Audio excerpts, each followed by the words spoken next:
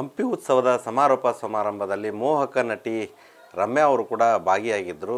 ಆ ಸಮಾರಂಭದ ವೇದಿಕೆ ಮೇಲೆ ವಿಶೇಷ ಚೇತನ ವ್ಯಕ್ತಿಯೋರ್ವನ ವೇದಿಕೆ ಮೇಲೆ ಕರೆದು ಅವರೊಂದಿಗೆ ಸೆಲ್ಫಿಯನ್ನು ತೆಗೆದುಕೊಳ್ಳುವುದರ ಮೂಲಕ ಆ ವಿಶೇಷ ವ್ಯಕ್ತಿಯೊಂದಿಗೆ ಕೆಲವೊಂದು ಕ್ಷಣಗಳನ್ನು ಕಳೆದಿರ್ತಕ್ಕಂಥದ್ದು. ಈಗ ಆ ವಿಶೇಷ ಚೇತನ ವ್ಯಕ್ತಿ ವಿಜಯನಗರ ಜಿಲ್ಲೆಯಲ್ಲಿ ಸಾಕಷ್ಟು ಫೇಮಸ್ ಆಗಿರ್ತಕ್ಕಂಥದ್ದು. ನಾನೀಗ ಅವರ ಮನೆಯಲ್ಲಿದ್ದೇನೆ, ತೋರಿಸ್ತಾ ಹೋಗ್ತೀನಿ ದೃಶ್ಯಾವಳಿಗಳು ಕೂಡ. ಆ ವಿಶೇಷ ಚೇತನ ವ್ಯಕ್ತಿ ಯಾರು ಎನ್ನುವುದನ್ನು ಕೂಡ ಇಲ್ಲಿ ತಿಳಿಸುವಂಥ ಒಂದು ಪ್ರಯತ್ನ ಮಾಡ್ತೀನಿ.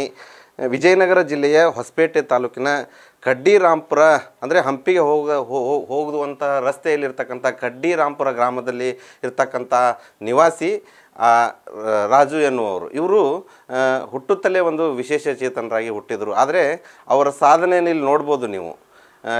ಕೈ ಇಲ್ಲದೆ ಇದ್ದರೂ ಕೂಡ ಅವರು ಕಾಲಿನಲ್ಲಿಯೇ ಒಂದು ಚಿತ್ರವನ್ನು ಬಿಡಿಸ್ತಾ ಇರ್ತಕ್ಕಂತಹದ್ದು. ಇವರು ಚಿತ್ರಕಲೆಯಲ್ಲಿ ಡಿಪ್ಲೊಮಾನು ಕೂಡ ವ್ಯಾಸಂಗ ಮಾಡಿರ್ತಕ್ಕಂತಹದ್ದು. ಕಳೆದ ಇವರಿಗೆ ಈಗ 36 ವರ್ಷಗಳ ಕಾಲ ಕೈ ಇಲ್ಲದೆ ಅನ್ನುವಂಥ ಕೊರಗನ್ನು ಮೆಟ್ಟಿ ನಿಂತು ಈಗ ವಿಶಿಷ್ಟ ಸಾಧನೆಯನ್ನು ಮಾಡಿ ಸ್ವಾವಲಂಬನೆಯ ಒಂದು ಬದುಕನ್ನು ಕಟ್ಟಿಕೊಂಡಿರ್ತಕ್ಕಂಥ ವ್ಯಕ್ತಿ ಈ ರಾಜು ಅವರು. ಈ ರಾಜು ಅವರು ಏನು ಸಾಧ್ವಿ ಅನ್ನುವಂಥ ಹೊಸಪೇಟೆಯಲ್ಲಿ ಶಾಲೆ ಅಂತಿರ್ತಕ್ಕಂಥ ಒಂದು ಬುದ್ಧಿಮಾಂದ್ಯ ಮಕ್ಕಳಿಗೆ ಚಿತ್ರಕಲಾ ಒಂದು ಬಿಡಿಸುವಂಥ ಟೀಚರಾಗಿ ಅಲ್ಲಿ ಕಾರ್ಯನಿರ್ವಹಿಸ್ತಾ ಇದ್ದಾರೆ. ಅಲ್ಲಿ ಸಿಗುವಂತಹ ಸಂಬಳದಿಂದಲೇ ಒಂದು ಸ್ವಾವಲಂಬನೆಯ ಒಂದು ಬದುಕನ್ನು ಕೂಡ ಕಟ್ಟಿರ್ತಕ್ಕಂಥದ್ದು. ಅವರು ಇಲ್ಲಿ ನಮ್ಮ ಜೊತೆಗೆ ಇದ್ದಾರೆ, ಅವ್ರನ್ನ ಮಾತಾಡಿಸ್ತಾ ಹೋಗ್ತೀನಿ. ನಿನ್ನೆ ನಟಿ ರಮ್ಯಾ ಅವ್ರು ಬಂದಿದ್ದರು. ಅವರು ನಿಮ್ಮನ್ನ ಮೇಲೆ ಸ್ಟೇಜ್ ಮೇಲೆ ಕರೆದ್ರು.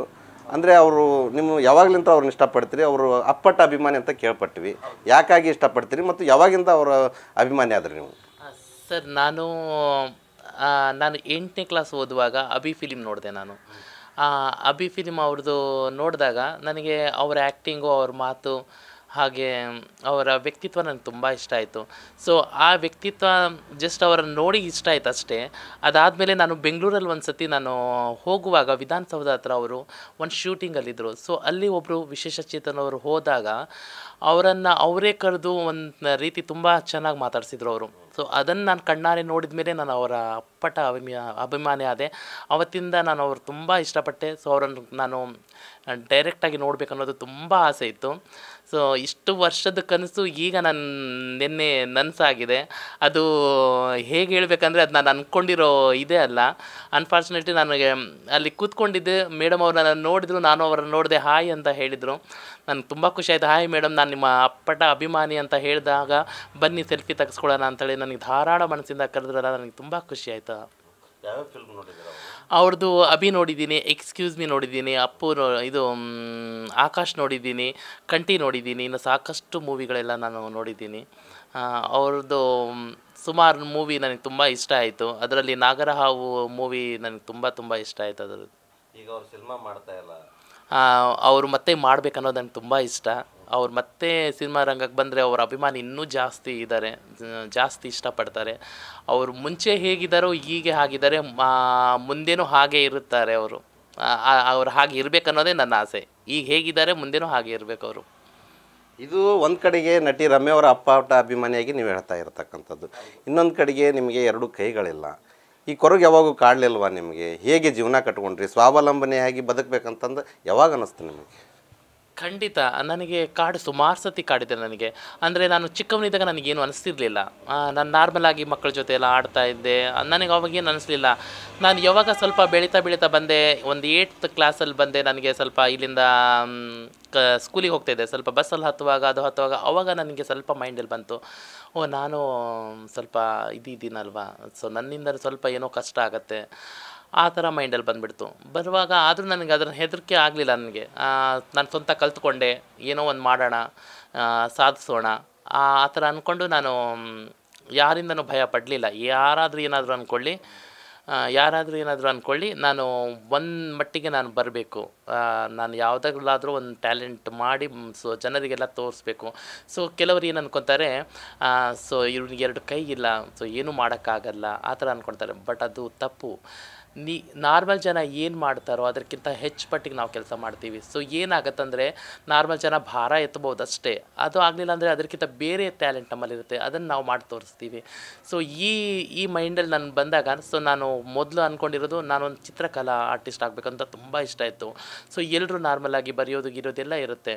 ಸೊ ನಾನು ಒಂದು ಡಿಫ್ರೆಂಟ್ ಆಗಿರೋಣ ಅಂತಂದು ಹೇಳಿ ನಾನು ಪೇಂಟಿಂಗ್ ಮಾಡೋದು ಕಲ್ತ್ಕೊಂಡೆ. ಅದಾದಮೇಲೆ ಸಂಗೀತದಲ್ಲಿ ನಾನು ಸುಗಮ ಸಂಗೀತ ಹಿಂದೂಸ್ತಾನಿ ಒಂದು 6 ತಿಂಗಳು ಹೋದೆ.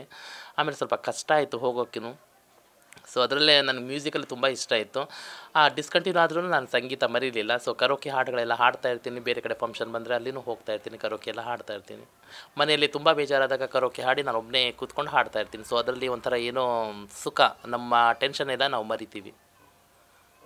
ಈ ಒಂದು ಕಡೆಗೆ ಇದನ್ನು ನೀವು ಇನ್ನೂ ಸಾಕಷ್ಟು ಜನರು ವಿಶೇಷ ಚೇತನರಿದ್ದಾರೆ.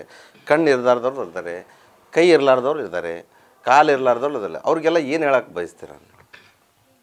ಖಂಡಿತ ಕೆಲವರೆಲ್ಲ ಏನು ಮಾಡ್ತಾರೆ ಅಂದರೆ ವಿಶೇಷಚೇತನವರು, ಸೊ ನಮಗೆ ಕಾಲಿಲ್ಲ, ನಮಗೆ ಕೈ ಇಲ್ಲ, ನಮಗೆ ಕಣ್ಣಿಲ್ಲ ಅಂಥೇಳಿ ಮನೇಲಿ ಕೂತ್ಕೊಳ್ತಾರೆ. ದಯವಿಟ್ಟು ಆ ಕೆಲಸ ಮಾಡಬೇಡಿ.